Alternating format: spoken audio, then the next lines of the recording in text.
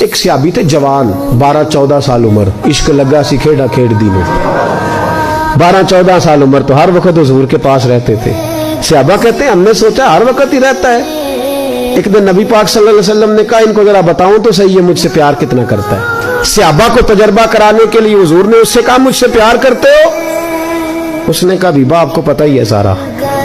تو حضور نے فرمایا جاؤ اپنے باپ کی گردن کاٹ کے لاؤ.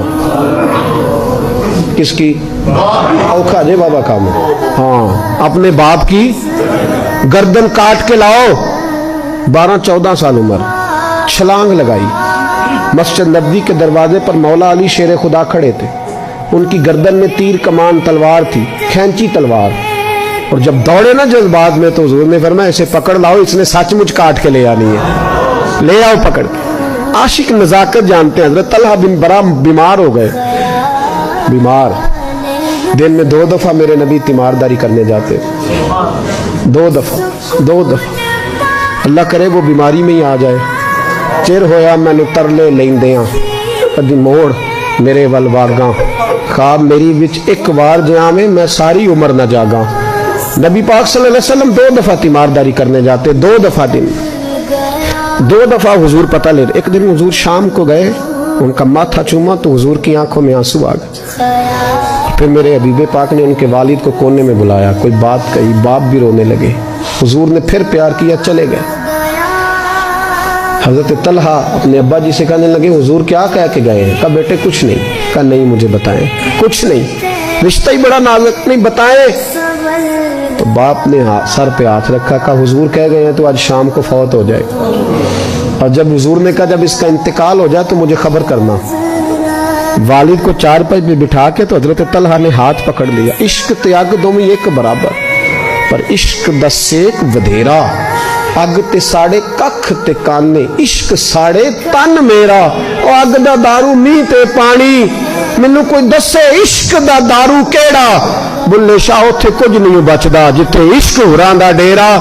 ہاتھ پکڑا باپ کا اور کہنے لگے ابا جی ایک وعدہ کرو, رات کو جب میں فوت ہو جاؤں تو نبی پاک کو اطلاع نہیں دینی. خبر کہ بیٹے حضور کہہ گئے ہیں دینی ہے, تو کہتا نہیں دینی, کیوں؟ عاشق نزاکت جانتے ہیں. اگرچہ 12-14 سال عمر تھی پر عشق پکا تھا نا, نزاکت سمجھتے تھے. کہنے لگے ابا جی جن گلیوں سے حضور نے گزر کے آنا ہے وہ یہودیوں کی گلیاں ہیں. ایسا نہ ہو میرے جنازے کی خاطر حضور گزرے اور کوئی میرے نبی کو تکلیف دے دے, اس لیے خبر نہیں کرنی مصطفیٰ کو. آپ جنازہ پڑھ کے دفنا دینا. رات کو انتقال ہوا, باپ نے جنازہ پڑھا, دفن کیا. سارا کچھ جاننے والے رسول آئے. کہا مجھے بتایا کیوں نہیں؟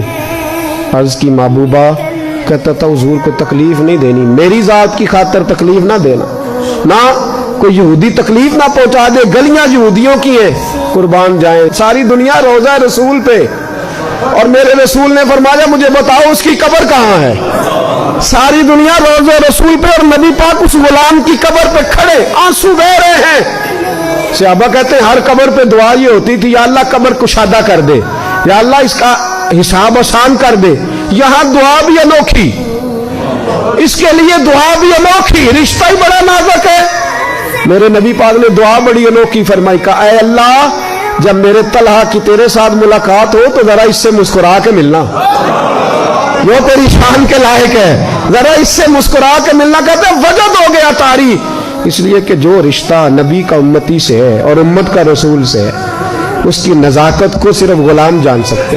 غلام جان. میں نے پچھلے جمعے بھی کہا تھا, مجھے ایک شخص کہنے لگے آپ بتیاں لگاتے ہیں, جھنڈیاں لگاتے ہیں. میں نے کہا بس نہیں چلتا, ہم تو تارے بھی لگا دیں, ہمیں ہمارا پتہ ہی نہیں. میرا دل کرتا ہے گلی گلی پھروں اور یہ نعرہ لگاؤں جان ہے عشق مصطفیٰ, روز فضو کرے خدا, جس کو ہو درد کا مزہ وہ نازے دوا اٹھائے کیوں, اور پھر کے گلی گلی تباہ ٹھوکریں سب کی کھائیں کیوں.